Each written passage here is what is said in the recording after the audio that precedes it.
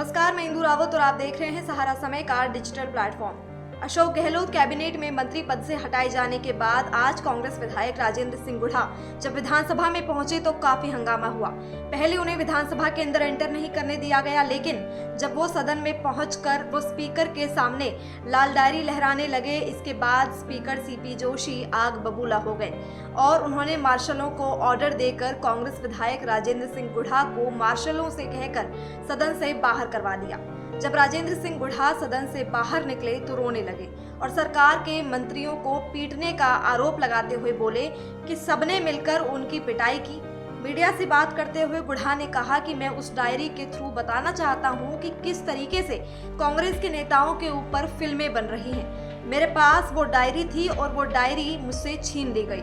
मुझ पर सारे के सारे 25 से 50 लोगों ने एक साथ हमला किया, मुझे लात घूंसे मारकर जमीन पर पटक दिया। गुढ़ा ने आगे कहा कि मुझे मार्शलों ने नहीं बल्कि कांग्रेस के मंत्रियों ने घसीटकर बाहर निकाला। मार्शल तो तब तक आए नहीं थे। मैं इतना ही कहना चाह रहा था कि हमने अशोक गहलोत जी का चेहरा देखकर इनको समर्थन देने का फैसला किया था। हमने इनकी रिक्वेस्ट पर इन्हें समर्थन दिया था। गहलोत साहब, आपने गुंडागर्दी करके वो डायरी का आधा पार्ट मेरे से छीन लिया और आधा पार्ट मेरे पास अभी और है। इस पार्ट के अंदर आपके सारे काले कारनामे हैं जो आपने विधायकों को क्या दिया, राज्यसभा चुनाव में आपने उन विधायकों को क्या दिया, किस किस को प्रलोभन दिया, क्रिकेट के चुनाव में आपने किस किस को पैसे दिए, उसका खुलासा मैं आगे भी करूंगा। इससे पहले जैसे ही गुढ़ा ने आज जैसे ही सदन में अंदर लाल रंग की डायरी लहराई तो स्पीकर ने उन्हें अपने कक्ष में आने के लिए कहा। कुछ देर बाद गुढ़ा संसदीय कार्य मंत्री शांति धारीवाल के पास पहुंचे और उनसे भिड़ गए। इस दौरान बीजेपी विधायकों ने भी लाल डायरी के मुद्दे पर हंगामा किया और सदन के वेल में पहुंच गए। इसके बाद स्पीकर ने सदन की कार्यवाही को स्थगित कर दिया। सुबह सदन शुरू होने से पहले गुढ़ा ने मीडिया से कहा कि वो विधानसभा में लाल डायरी के बारे में खुलासा करेंगे। उन्होंने कहा कि डायरी में कुछ रहस्य हैं। आपको बता दें कि झुंझुनू में एक जनसभा के दौरान भी गुढ़ा ने सीएम अशोक गहलोत पर हमला करते हुए सनसनीखेज दावा किया था। उन्होंने कहा था कि धर्मेंद्र राठौड़ के घर पर ईडी और इनकम टैक्स ने छापा मारा था।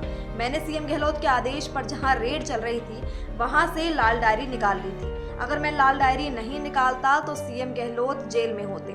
रविवार को ही गुढ़ा ने कहा था, मैं मंत्रिमंडल की बैठक में भी बोलता रहा हूँ, विधानसभा में भी बोलता रहा हूँ। आज इन्होंने कानून बना दिया है, अगर कोई आक्रोश में दाह संस्कार नहीं करता है तो आप उसे 5 साल जेल में डाल देंगे। कोई इनके पास बैठ नहीं पाएगा, कोई प्रोटेस्ट नहीं कर पाएगा। आप कैसे कानून बना रहे हैं? महिलाएं हमारे प्रदेश में सुरक्षित नहीं हैं।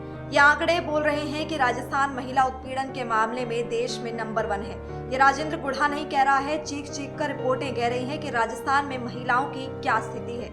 राजेंद्र गुढ़ा को बर्खास्त करने से कुछ नहीं होगा, हमारी बहनों और बेटियों में सुरक्षा का भाव होना चाहिए। आपको बता दें कि गुढ़ा ने शुक्रवार को विधानसभा के पटल पर अपनी ही सरकार पर निशाना साधा और कहा, हमें मणिपुर के बजाय अपने गिरेबां में झांकना चाहिए।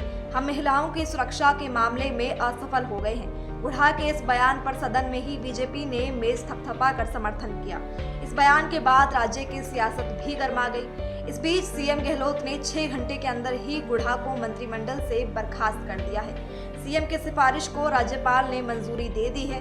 राजेंद्र गुढ़ा झुंझुनू जिले के उदयपुर वाटी विधानसभा सीट से विधायक हैं। वो 2008 में पहली बार बसपा से चुनाव लड़कर जीते थे। उसके बाद उन्होंने अपनी पार्टी के विधायकों के साथ गहलोत सरकार को समर्थन दे दिया था। सीएम गहलोत ने रिटर्न गिफ्ट दिया और राज्य मंत्री बनाया था। साल 2018 में भी राजेंद्र फिर चुनाव जीते और गहलोत सरकार को समर्थन दिया। 1 साल बाद ही सितंबर 2019 में गुढ़ा समेत बसपा के 6 विधायक कांग्रेस में शामिल हो गए।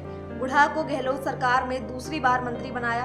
फिलहाल इस वीडियो में इतना ही। देश दुनिया से जुड़े तमाम न्यूज अपडेट्स के लिए आप जुड़े रहें सहारा समय के डिजिटल प्लेटफॉर्म के साथ। धन्यवाद।